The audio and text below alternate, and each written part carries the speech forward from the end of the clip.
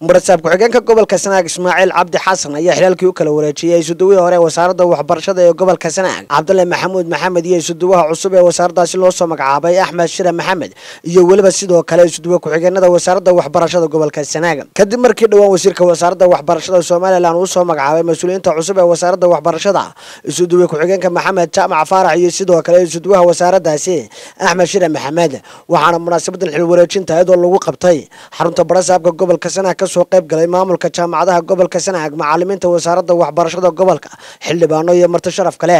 ugu horreynna waxa halkaasi ka hadlay mas'uuliyiin ku hadlayay afka wasaaradda waxbarashada ee gobolka Sanaag iyo jaamacadaha gobolka Sanaag ku hadlay afka bahda waxbarashada waxaan soo dhaweynayaa Axmed Shire gudoomiyaha cusub ee wasaaradda waxbarashada loo soo magacaabay iyo ku-xigeenkiisa Maxamed Jaamac Faarax waxaan sagootiyayaa labada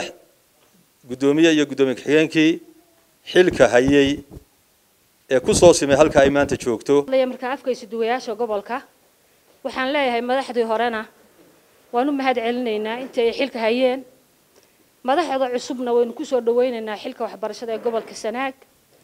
waxaynu u baahanahay waa inaynu midowno isku tashanno ama jaamacad aynu noqono ama dugsiyo sare hala noqdo ama dugsiyo hoose dhexe ama wasaarad ama bulshada guud gacmaha inaynu isqabsanno waxbarashada gobolka Sanaag saynu horumarin lahayn aynu ka midowno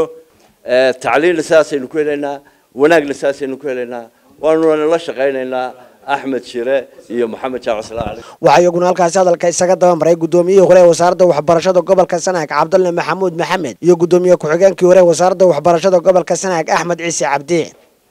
anu maanta waxaan ku faraxsanahay xilka weyne meesha yaalay oo maanta la iga dul qaaday يا الحمد لله بالله وانا إذن الله شقينا وحي تلو يوم قرنيسا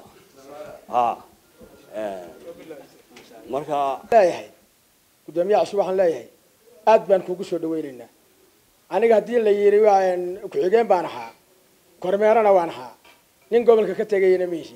هرجع لو شقة تجي معيو نين هرجع كشقة لي أنا هاي وحي الله لو حي يجب هذا وحلا لو حي يجب هذا nin la shaqeynaya ayaan hay sidoo kale waxa halkaas ka hadlay mas'uuliyiinta cusub ee wasaaraddaasi loo soo magacaabay annaga xil baa naloo dhiibay xilka naloo dhiibay inaanu annagu si lillaahi inaanu uga hawl gallo waa waajibna saaran aqoonta iyo iftiinka uu leeyahay waxbarashadu waa laga sheekeeyo ku noqon maayo aasaaska iyo laf dhabarka dhaqaalaha iyo social development horumarka bulshada waa aqoonta waa tacliinta waa waxbarashada macallinka sax ah ee halka sax ah inuu galo weeyaan wixii taalkayga waxaan doonaynaa inaanu sameeyno waxaan ognahay mooyee wixii kale inaanu qiimeyn sameeyno ama assessment anagoo u marayna cidda markaa khibradda u leh cidda shaqada ku jirta iyo cid kasta oo ay khusayso oo kala tashan doona bal meesha dhibtu ka jirto waa run waynu ognahay inaynu waxbarasho ahaan dambayno waxaynu kala ognahay waxbarashadu inay tahay waxa kaliya ee ummadaha kala kaxaya